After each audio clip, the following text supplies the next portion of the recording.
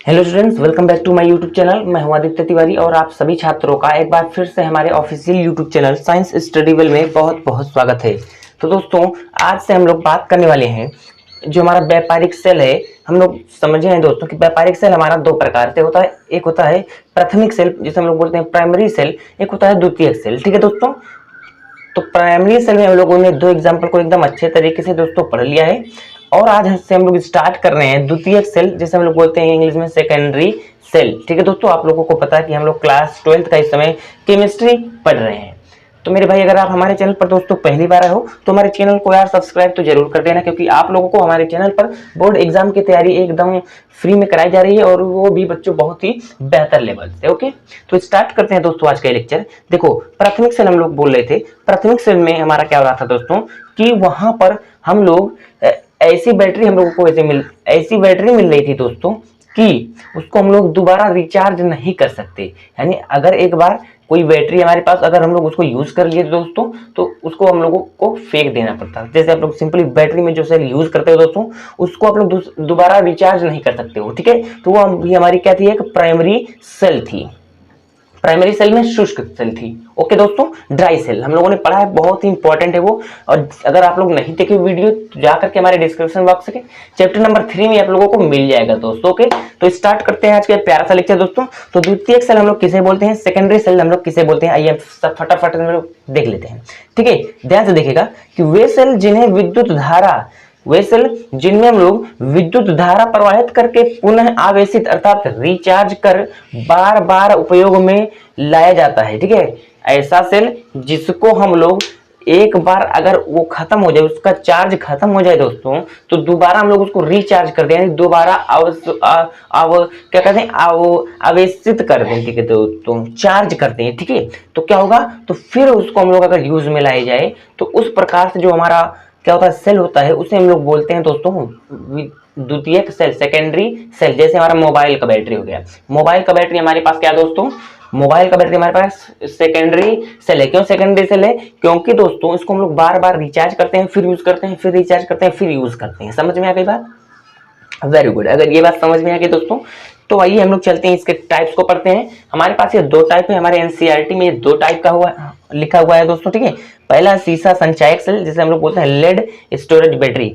दूसरा हमारे पास निकल कैडमियम संचायक सेल, जिसे हम लोग बोलते हैं इंग्लिश में भी निकल कैडमियम स्टोरेज सेल। तो आज हम लोग पूरी अच्छी तरीके से यहाँ पे, ठीक है, हम लोग पढ़ने वाले हैं सीसा सेल को, सीसा संचायक सेल को, लेड स्टोरेज बैटरी को। तो ये स्टार्ट करते हैं दोस्तों आज का प्यारा सा लेक्चर। हमारे पास है सीसा संचायक सेल में ये। ओके दोस्तों, ये हमारे पास है। तो आइए फटाफट से हम लोग इसको देख लेते हैं दोस्तों, फिर उसके बाद हम लोग चलते हैं इसको हम लोग रासायनिक अभिक्रिया कैसे होती है, इसका चित्र हम लोग पूरे अच्छे तरीके से समझेंगे। बस वीडियो को लास्ट तक देखिएगा। देखो, इस बैटरी का यूज मुख्य रूप से मोटर गाड़ियों यानी ऑटोमोबाइल्स में होता है। किसमें होता है, मोटर गाड़ियों में होता है। जैसे बैटरी, जैसे आप लोगों के बाइक में लगी है बैटरी, जिससे हमारा हॉर्न बजता है। ओके, और जो हमारी बिजली जलती है। ठीक है दोस्तों, बाइक की जो हमारी आगे की बिजली जलती है, उसके बंद होने के बाद, बाइक के बंद होने के बाद भी जलती है, वो किसके सहारे से, वो उस बैटरी के सहारे से ही जलती है। और वो बैटरी हमारा होता है सीसा संचायक सेल अर्थात लेड स्टोरेज बैटरी। समझ में आ गई बात? अब देखो, प्रत्येक बैटरी कई वोल्टेज सेलों का श्रेणी क्रम में जोड़कर बनी होती है। ठीक है दोस्तों, मैं आप लोगों को बता दूं कि जो हमारी प्रत्येक बैटरी होती है, ठीक है, प्रत्येक बैटरी, हमारी जो बैटरी होती है दोस्तों, वह कुछ इस प्रकार से होती है। ध्यान से समझिएगा एक बात, बहुत ही अच्छे तरीके से मैं आप लोगों को समझाने वाला हूं आज के इस लेक्चर में। इस तरीके से हमारा होता है, एक पात्र होता है, और इस पात्र में दोस्तों हमारे पास H2SO4 होता है। क्या होता है, H2SO4, सल्फ्यूरिक अम्ल। इसे हम लोग क्या बोलते हैं दोस्तों, सल्फ्यूरिक अम्ल। फार्मूला तो आप लोगों को पता ही होगा। ठीक है, जब मैं ऑर्गेनिक केमिस्ट्री आप लोगों को पढ़ूंगा तो वहां पर ना एक एक चीज को मैं आप लोगों को समझा दूंगा, कोई भी प्रॉब्लम आप लोगों को लेने की जरूरत नहीं है दोस्तों। अब इसमें हमारे पास क्या होता है, इस तरीके से दोस्तों एक जाली होती है लीड की। ठीक है, और इस प्रकार से दूसरी जाली होती है। इस प्रकार से दोस्तों क्या होती है, जाली लगी होती है। क्या लगी होती है, जालीदार हमारा इलेक्ट्रोड होते हैं। ठीक है, अब देखो, इस प्रकार से हमारे इलेक्ट्रोड होते हैं। तो अब यहाँ पे क्या होता है दोस्तों, हमारा जो विलियन है इसमें H2SO4 है, ये हमारा है पीबी लेड, और ये हमारे पास स्पॉन्जी लेड। स्पॉन्जी लेड का स्पॉन्जी लेड का मतलब होता है दोस्तों स्पॉन्जी पीबी है। जैसे स्पॉन्जी पीबी का मतलब होता है कि जो हमारा पीबी यानी लेड का, किसका, लेड का ये जो मेटल है, ये जो लेड का हमारा इलेक्ट्रोड है दोस्तों, क्या इलेक्ट्रोड है, इस पे लेड का भुरभुरा टाइप का, ठीक है, पाउडर टाइप का इसके ऊपर में गिरा दिया जाता है, ठीक है। ये लेड का ही, लेड के धातु के ऊपर लेड के इलेक्ट्रोड जो हमारे हैं, इसके ऊपर लेड का चूर्ण गिरा दिया जाता है, तो स्पॉन्जी लेड उसको हम लोग बोल देते हैं। तो स्पॉन्जी लेड होता है।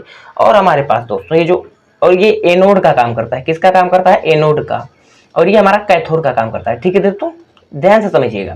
कैथोड का काम इसमें हमारा होता है PbO2 lead oxide, PbO2 sorry lead dioxide, lead dioxide, lead dioxide है, क्योंकि ऑक्सीजन की मात्रा 2 है। जब किसी कंपाउंड की किसी तत्व की मात्रा 2 होती है उसके लिए डाई ट्राई टेट्रा यूज करते हैं, तो 2 है तो 2 के लिए हम लोग डाई यूज कर लिए हैं, डाइऑक्साइड, लेड डाइऑक्साइड। समझ में आई मेरे भाइयों बात? तो वही बोला गया है, इस प्रकार से हमारी एक बैटरी होती है, ठीक है दोस्तों। अब यहाँ पे हम लोग देखते हैं कि ये हम लोगों को जानते हो 2 वोल्ट की यानी 2 वोल्ट की क्या देती है दोस्तों, इलेक्ट्रिक देती है, इलेक्ट्रिक चार्ज देती है, ठीक है। विद्युत कितनी देती है हम लोगों को, कितना करंट देती है, 2 वोल्ट का करंट। वही बोला गया है कि इस प्रकार दोस्तों एक सेल से 2.0 वोल्ट यानी 2 वोल्ट की विद्युत धारा प्राप्त होती है, ठीक है। अब इसी तरह से मेरे भाइयों, इसी तरह से अगर हम लोग बहुत सारे यूज करते हैं, देखो इसी तरह से अगर हम लोग बहुत सारे यूज करते हैं, अगर इस तरीके से देखो, इस तरीके से इस प्रकार से हम लोग बहुत सारे यूज करते हैं, ये सारे हमारे मेटल्स के वही है, लेड के, ठीक है। और ये जो एक बात समझ में आएगी, एक बात और आप लोगों को समझना है दोस्तों कि जो स्पॉन्जी लेड होता है, स्पॉन्जी लेड ये केवल एनोड के रूप में एक ही जगह है, यहीं पर ये पहला वाला खाली होता है, ठीक है। समझ में आई बात? ये खाली स्पॉन्जी लेड ये केवल ओनली यहीं पर ही होता है, और ये सब किसके होते हैं, लेड, सिंपल लेड की, ठीक है दोस्तों। तो इस प्रकार से होती है हमारी। अब यहाँ से इस प्रकार से इसको हम लोग आपस में टच करवा देते हैं, और ये हमारे पास होता है एनोड, और ये हमारे पास होता है कैथोड प्लस होता है, एनोड निगेटिव होता है। इस प्रकार से हम लोग इसको आपस में जोड़ देते हैं और ये हमारा वर्क करने लगता है। अब एक बात आप लोग ध्यान से देखिएगा, सुनिएगा यहाँ पे मेरी बात को, कि यहाँ पे एक लेड हमारे पास 2 वोल्ट की चार्ज दे रही है, सॉरी 2 वोल्ट की करंट दे रही है, देखो ये हमारी 2 वोल्ट की दे रही है। इस प्रकार से हम लोगों ने यहाँ पे इस प्रकार से 3 बैटरी को यूज किया है, तो 3 बैटरी कितनी देगी, 6 वोल्ट की देगी दोस्तों, ठीक है। तो वही बोला गया है कि इस प्रकार से यहाँ पे 3 अथवा 6 ऐसे सेलों को आपस में जोड़ने पर, अगर हम लोग 3 को जोड़ेंगे तो हमारी कितनी देगी, 6 वोल्ट की बैटरी देगी, 6 वोल्ट का इलेक्ट्रिक देगा, ठीक है दोस्तों। अब इसी प्रकार से अगर हम लोग 6 को जोड़ दें, आपस में 3 है, 3 और को जोड़ देंगे तो 6 दूनी 12, तो 12 वोल्ट की बैटरी प्राप्त होगी दोस्तों। बस यही बात आप लोगों को समझनी थी। अब हम आप लोगों को वही बात यहाँ पर समझाने वाले हैं। आइए हम लोग वास्तव में देखते हैं इस प्रकार से आप लोगों का दोस्तों होता है। इस प्रकार से आप लोगों का सीसा संचायक सेल अर्थात लेड स्टोरेज बैटरी होती है दोस्तों। आप लोगों को यहाँ पे लेड पीबी, वो भी कैसे लेना है, स्पॉन्जी लेना है दोस्तों, ठीक है। ये आप लोगों को H2SO4 लेना है, तनु H2SO4 ले लेना है। ये लेड डाइऑक्साइड का आप लोगों को यहाँ पे ले लेना है एक एनोड। समझ में आई? लेड वाला हमारा क्या होता है दोस्तों, एनोड होता है, और सिंपल सी बात है ये हमारा कैथोड पर होता है। अब एक बात आप लोग यहाँ से समझिएगा दोस्तों, आप लोगों ने इलेक्ट्रोकेमिकल सेल में पढ़ा है कि जो हमारा एनोड होता है, अगर हम लोग यहाँ पे एनोड पे रिएक्शन की बात करें, कहाँ पर, एनोड पर अगर हम लोग बात करें तो एनोड पर हमारा क्या होता है, ध्यान से देखिएगा।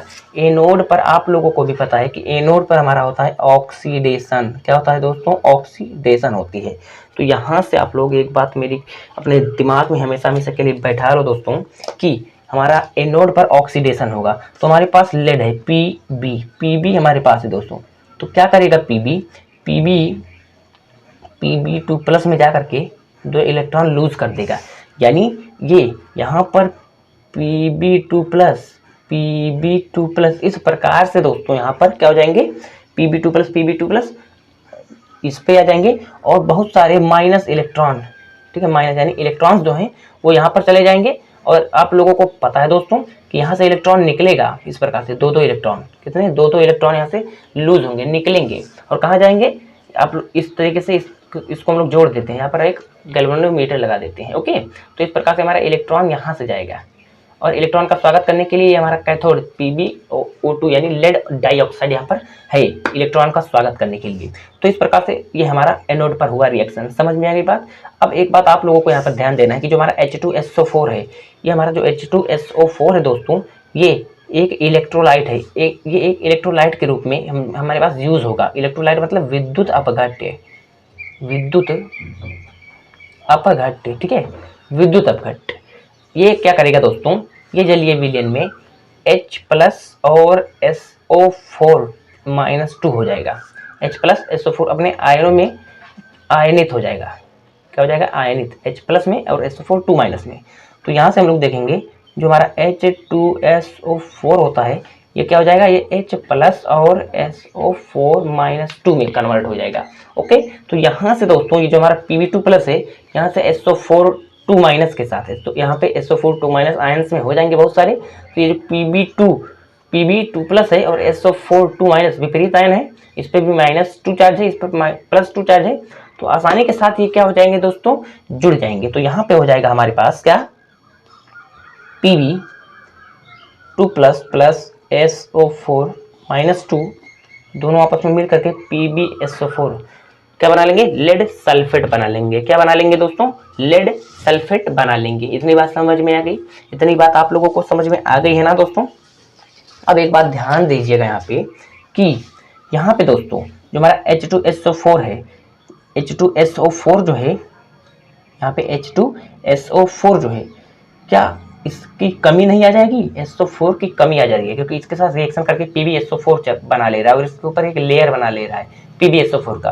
तो इसका मतलब है दोस्तों कि H2SO4 की घनत्व में कमी आ रही है।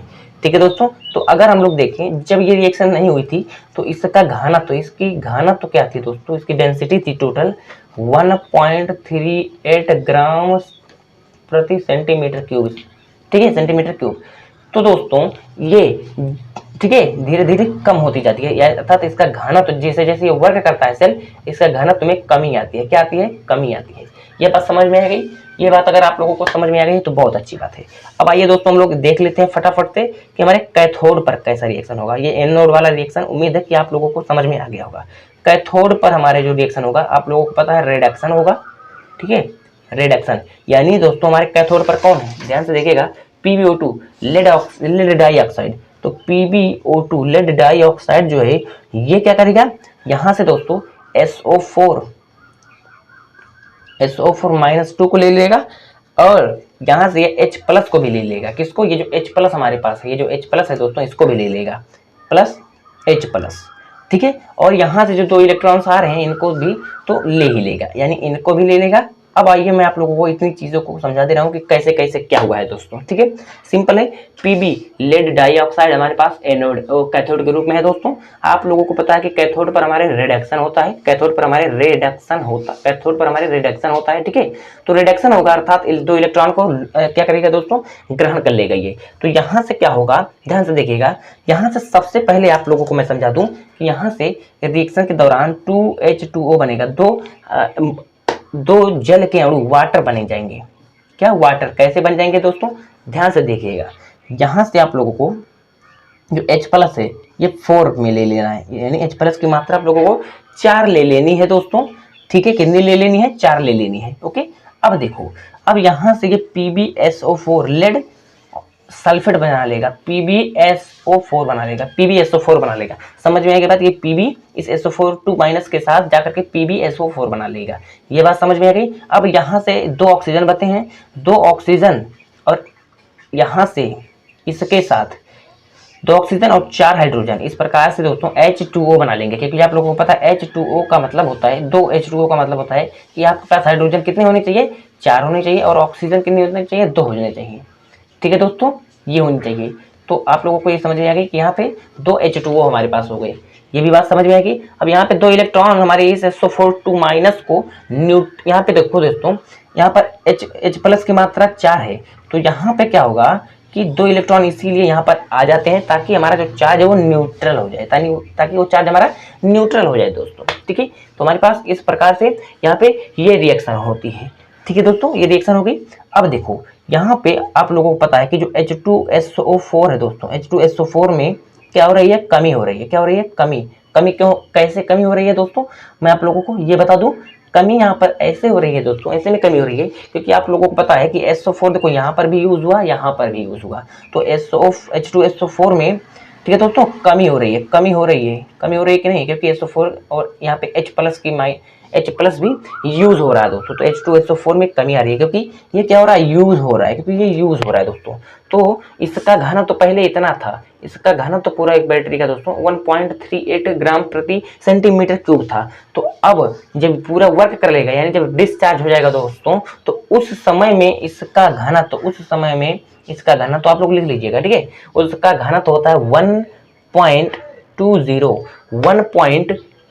जी हाँ दोस्तों, 1.20 ग्राम प्रति सेंटीमीटर क्यूब हो जाएगा।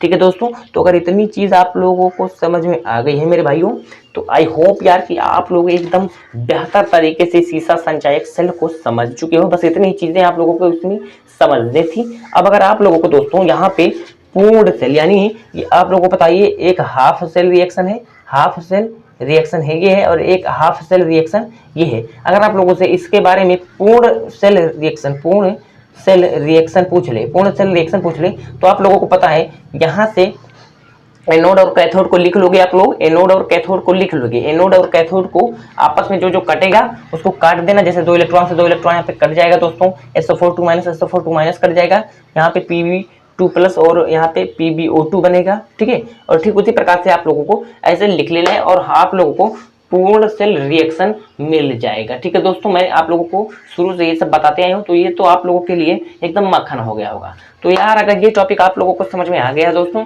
तो आपसे पेपर में अगर ये पूछा जाएगा तो इतने से ज्यादा नहीं पूछा जाएगा दोस्तों, और ये आप लोगों से 2 नंबर में हल्का क्वेश्चन पूछा जा सकता है। ठीक है, हल्का क्वेश्चन है, कोई बहुत बड़ी क्वेश्चन नहीं है। बस यार यहाँ पर रिडक्शन हो रही है, एक एनोड पर आप लोगों को पता है ऑक्सीडेशन हो रही है और यहाँ पे रिडक्शन हो रही है।